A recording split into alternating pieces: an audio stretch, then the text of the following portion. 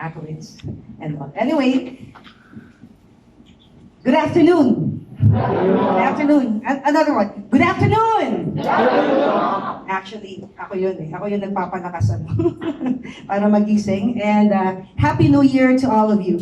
I'm pretty excited to share with you my sort of nuggets of wisdom learned from my 28 years of media practice.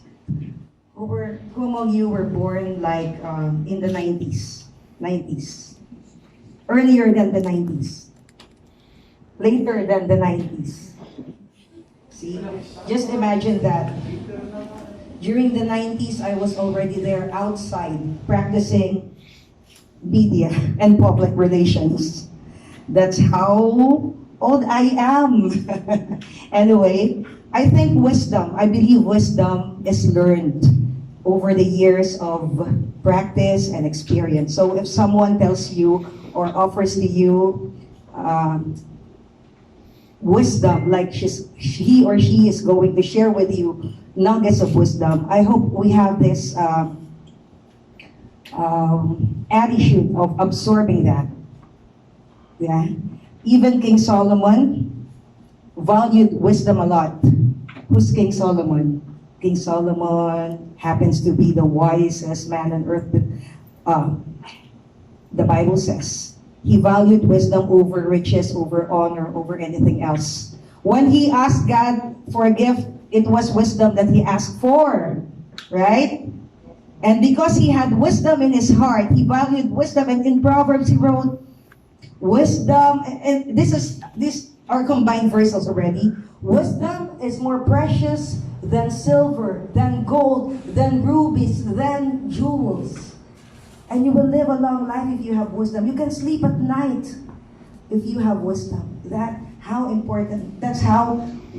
important wisdom is. So today, I feel humbled to share with you, some of my nuggets of wisdom learned from my practice of tri-media in the past, because back in the 90s, we had no quad media. We only had radio, TV, and print, right? We only had radio, TV, and print. And when I was studying mass comm then, sabi, the fastest media, or the fastest medium of communication or broadcast was radio at that time. It was only in the late 90s around, ako personally, 1998, 2000 and onwards that I learned the internet. Although we had internet subjects before when I was in high school back in the 90s. Actually 80s pa pala. Kasi I graduated high school 90s. So, okay. So, but I didn't fully understand what computer was all about. What we were doing. Like we were sharing in one computer in UST. We didn't really know what WordStar, what Lotus 123 at the time was, what they were. So after that came their generation. What's your generation? Gen Y? Gen Z. We have Gen Z, Gen Y, whatever. So we have the computer technology. We have information technology, right? So it was only then that personally, after my practice, it was 1992 when I really have to give you a background so that you know where we're coming from, why I'm doing this, and why I'm sharing this. Back in 1992, I was working scholar then.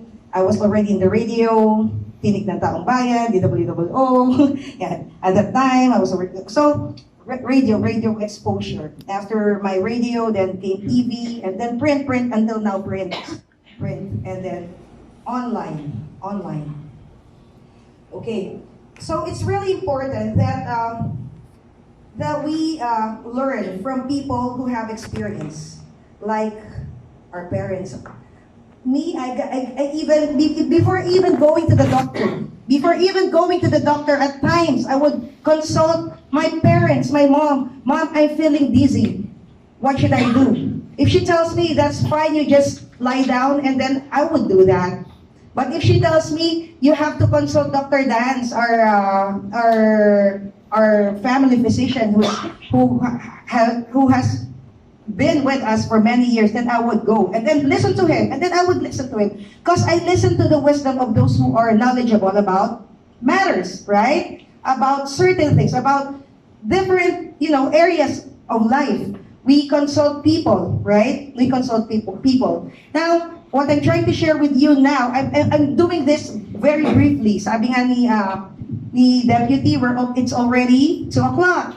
I won't make it too long for you to understand. I won't even make it hard for you to understand. I'm just very much concerned about our social media impact in the entire Ilocos Sur and also nationally as well. Why? Because a single click will build us up or destroy us, right? So we're here to promote one another as a team, okay?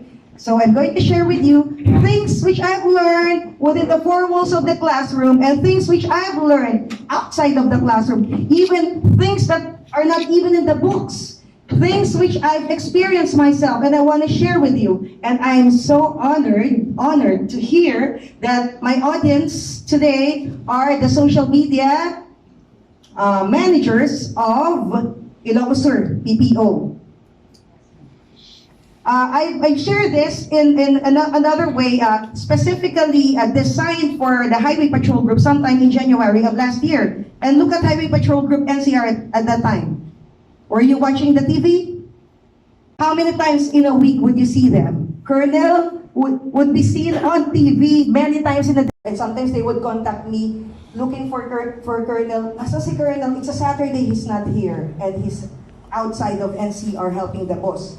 So, why? Because we had such a very successful social media impact that these news teams would go to our pages and monitor what we were doing at the time to these people, to the public, and even to the media practitioners, the mainstream media practitioners were touched by what we were showing.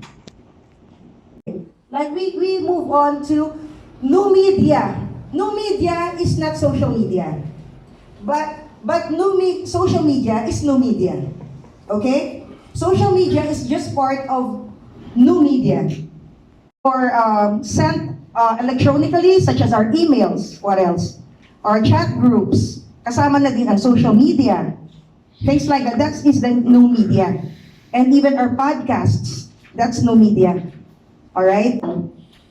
If you want the world to listen to you, then go ahead and speak out and go live. See? That's how handy social media or electronic media communications is at this time. So it's really important we are aware of our trust as a team. I'm not referring to our personal social media here. I'm referring to promoting a brand. We are promoting a brand. What is our brand? What is our brand? Ilocos Sur PPO. That is the brand that we are going to promote. Everybody would promote the same brand. If I promote Tolak Angin, this is Tolak Angin. So ito yung pinapromote kong pangalan. Tolak Angin, lahat Tolak Angin ang ipropromote. But this time we're gonna promote Ilocos Sur PPO. Collectively. And individually in our offices. So if we know that's the thrust and that's the purpose of our social media and new media communication engagements, then we will have better understanding or better impact on society. Kasi sayang so far today in your station, Miss, please. Mas bebales dito kami sa Pikachu office. Ano bang ginawa nyo sa maghapon na to? Kahit isa lang. Bale, sa reporting mo, on our daily PCR report mo. Oh, PCR report. Pak! Kuha ka ng camera, click! Doing your PCR report. Miss blah, blah, blah, blah, blah, doing your PCR report. ISR PPO, something like that. Anything that we do, anything good that we do, we're doing our jobs, we can post them up, right? Is it news, really? Maybe not really news, but something interesting or something that would inspire people. Mga pulis walang katrabaho. Because if we're like how many men here, if we're like 500, 1,000 people here, we're doing one good post in a day or times 3 good posts in a day, then just imagine that. Matatabunan yung mga negative publicities. It's really important that we know how to use new media. Yung communication strategy. It's a strategy. What we're learning now are strategies, okay? Sige na, dyan na, para hindi na tayo maligaw. Punta na ako sa outline para mabilis. Okay. Click, please. Okay, communication basically, sender, message, language, receiver. Okay. Yun yung communication. Nagsasalita ako, I'm the sender, anong message ko? No media communication strategies for PCR, or actually, the hidden, what's this topic is, new media for new normal. Ito yung new media for new normal. We're going to use new media as a weapon, as a tool, okay? As a tool to promote our Ilocos Sur PPO. And in turn, Ilocos Sur PPO, PNP. Right? Kasi minsan gumawa ka, when you do something wrong, when you do just a single wrong in society, you are being looked upon as that's you. Nakita ka, ay, parang ikaw na yun, right? But if you do something good, yan, pagka marami tayong good doers, and then we'll be able to communicate the right message. Okay? We transmit, share information, message, that's communication. Communication is like when the babies are born, gaganyan, nagbi-beautiful, beautiful eyes, it's communication, right? Pagka yung mga anak nyo dyan, o mga pamangkin nyo, when they start looking at you and tatawa, are you not touched, or are you not in a way being affected by how they smile at you, how they giggle or something? Because that's communication. It's not always a word. I mean, you have gesticulations, you can gesticulate, yung gestures, di ba? Yung nanay nyo, nasabihan ba kayo before, bako kasi isang tingin. Pag nalaki na yung mata niya. Walang sinasabi, pero alam mo yon. That's communication. Right? Even our pets have communication. What more tayo? So, verbal and verbal, written, visual, electronic communication, social media communication, and we'll do everything here.